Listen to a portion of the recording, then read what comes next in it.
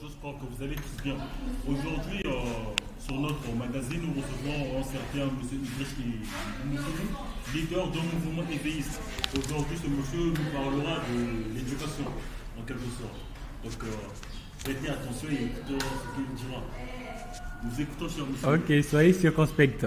Merci beaucoup, monsieur Junior. Merci beaucoup, monsieur Emmanuel, qui est à côté de vous. Merci infiniment d'abord pour l'invitation.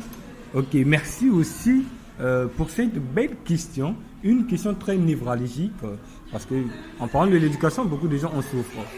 Je vous remercie infiniment et je vous remercierai toujours parce que l'objectif qui me guide, c'est de traiter toujours ce genre de questions, de répondre toujours à ce genre d'attentes. Merci.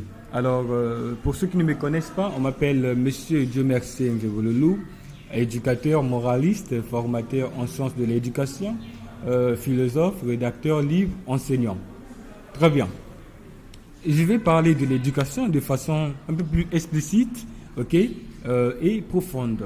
Ok. Commençons d'abord par expliquer le concept éducation, parce que la plupart des gens n'en savent toujours pas plus, plutôt moins. Ok. Ils pensent que non, l'éducation, lorsqu'on voit l'éducation, on peut penser qu'à l'habitude, qu'à un être humain, alors que c'est pas le cas. Ok, l'éducation est d'abord un concept polysémique. Ok, un concept qu'on peut expliquer en faisant appel à plusieurs sens, c'est-à-dire signification.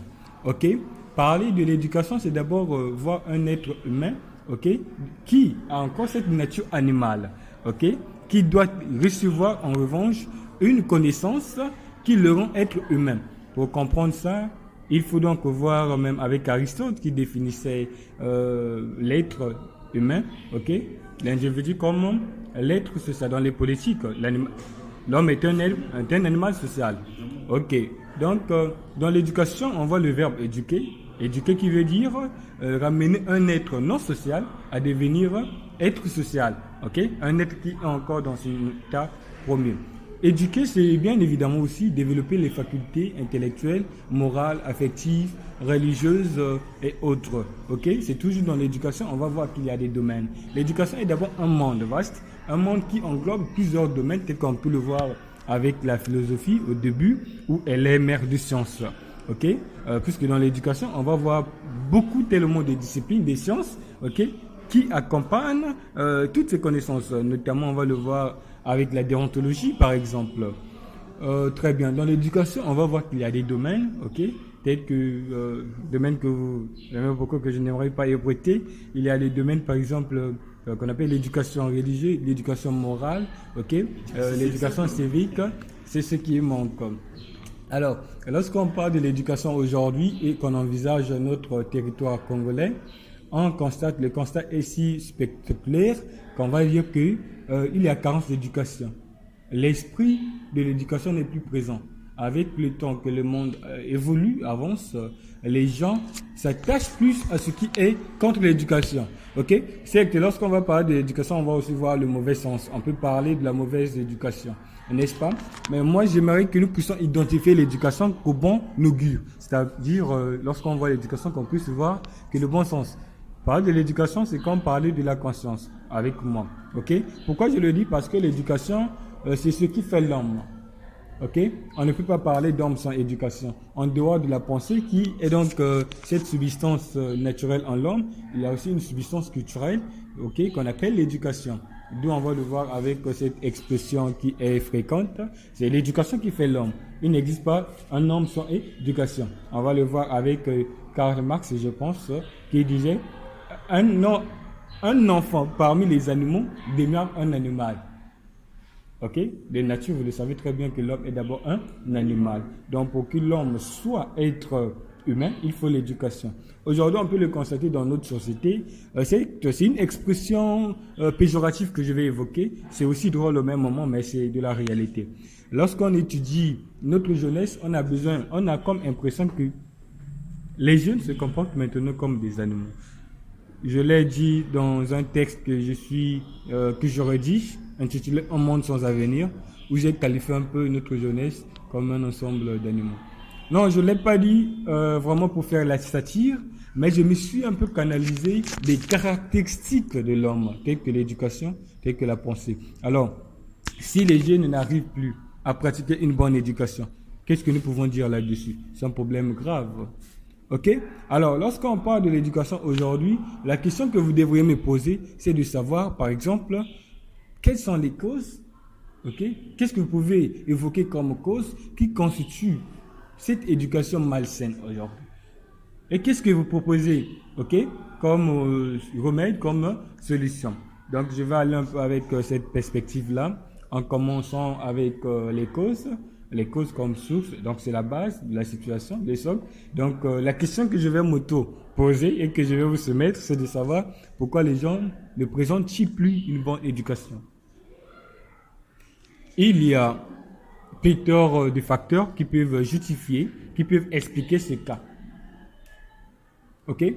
Jadis, et d'ailleurs même lorsque je vais essayer un peu de me baser sur l'expression commune, c'est-à-dire ce que disent la plupart des gens, ils disent que non, les jeunes n'arrivent plus parce qu'il y a le chômage dans le pays, les jeunes n'arrivent pas, c'est parce que, comme on dit, il y a la misère dans le pays, c'est parce qu'il y a la pauvreté.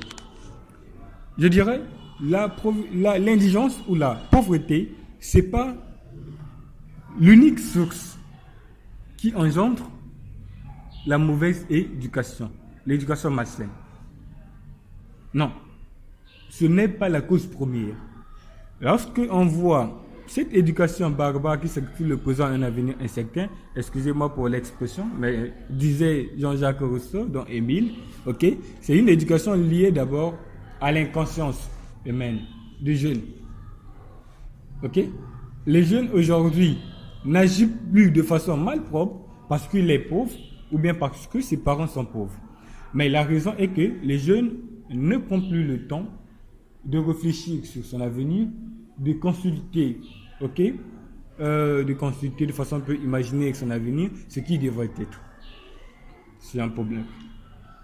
Ok, il renverse toujours sa conscience, ce qui ne lui permet plus aujourd'hui de s'adapter sur différents domaines. Quand il est à l'inconscience, on ne peut plus parler de l'évolution. On parle maintenant de l'état statique. La mentalité demeure maintenant, revient primitive. Ça, c'est un premier cas. Le premier facteur, c'est d'abord l'inconscience. Ok? Parce qu'on parle même de la pauvreté, on va voir au Congo, ce que je sais, c'est que les parents, en dépit de leur indigence, n'acceptent pas très couramment que leurs enfants abandonnent très tôt le banc de l'école, laissent les études. C'est peut-être lorsqu'on arrive à un cas au niveau universitaire que les parents n'arrivent plus à soutenir les enfants. Mais sinon, au niveau primaire, secondaire, les enfants sont toujours là. Alors, c'est la base, c'est là où l'enfant acquiert l'éducation. Ok?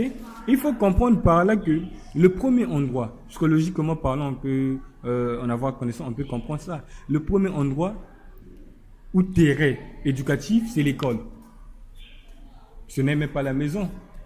C'est d'abord l'école. Ce n'est même pas l'église. C'est d'abord l'école. C'est l'église qui éduque. C'est l'école qui éduque. Pardon? C'est d'abord l'école qui éduque. Parce que l'école nous procure des connaissances qui peuvent permettre le développement de notre réflexion, de notre intelligence. Or, l'intelligence, c'est la faculté de bien comprendre les choses par le raisonnement. Donc, si vous n'arrivez pas à satisfaire votre connaissance, votre intelligence, ça veut dire que vous aurez toujours du mal à mieux réfléchir. Du coup, quand vous n'arrivez pas à mieux réfléchir, vous serez toujours pris en otage, ok, par les différentes impulsions qui arrivent dans le monde, qui sont présentes dans le monde, par les différents fléaux, tels qu'on peut citer avec la délinquance aujourd'hui, la délinquance juvénile. Mais qu'est-ce qui est la source réelle de la délinquance juvénile? On dit que c'est la pauvreté.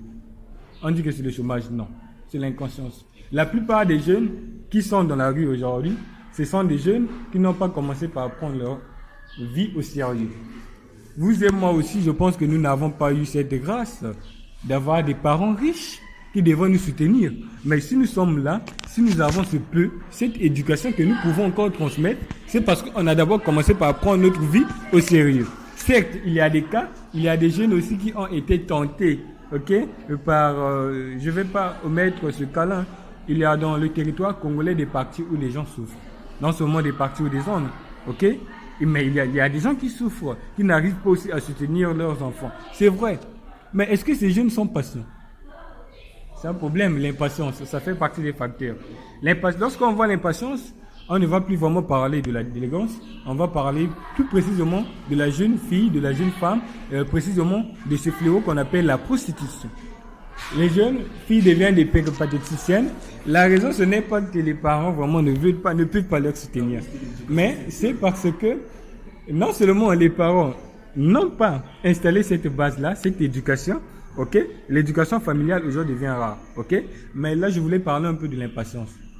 La jeune fille veut vite sortir, ok? Dans la rue, la jeune fille veut vite comprendre un peu ses désirs, s'attacher à ses désirs. Notons que la jeune fille d'aujourd'hui, tout comme le jeune homme d'aujourd'hui, est sybarite.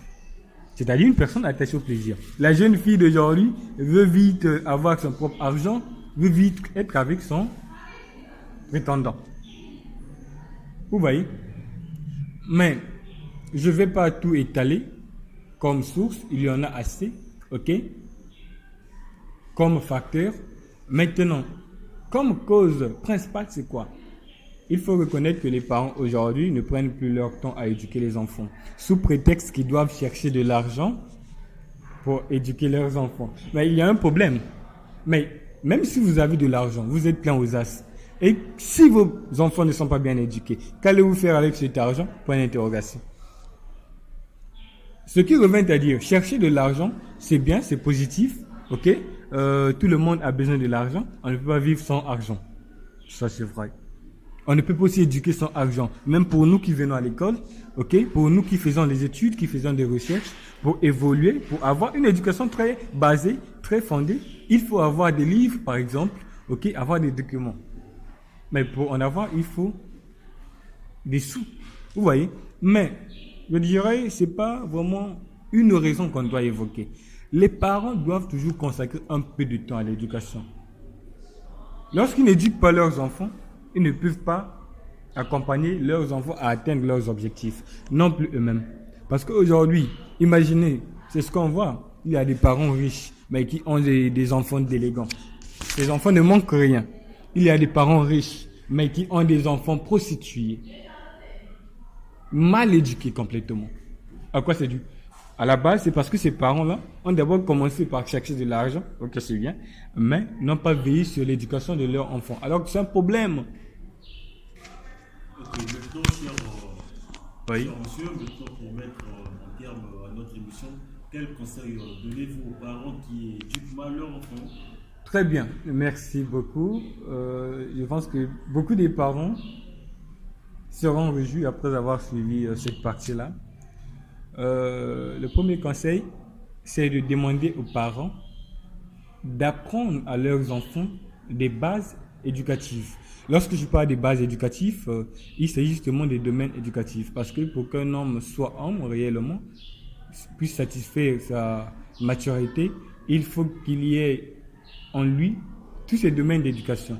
Tel qu'on peut le voir avec l'éducation familiale, l'éducation religieuse, ça contribue assez, l'éducation morale, ok? Les parents doivent envoyer leurs enfants à l'école. Les parents doivent toujours consacrer peu de temps à éduquer leurs enfants, ok, à leur faire comprendre ce qui se passe aujourd'hui, à conscientiser leurs enfants, à moraliser leurs enfants.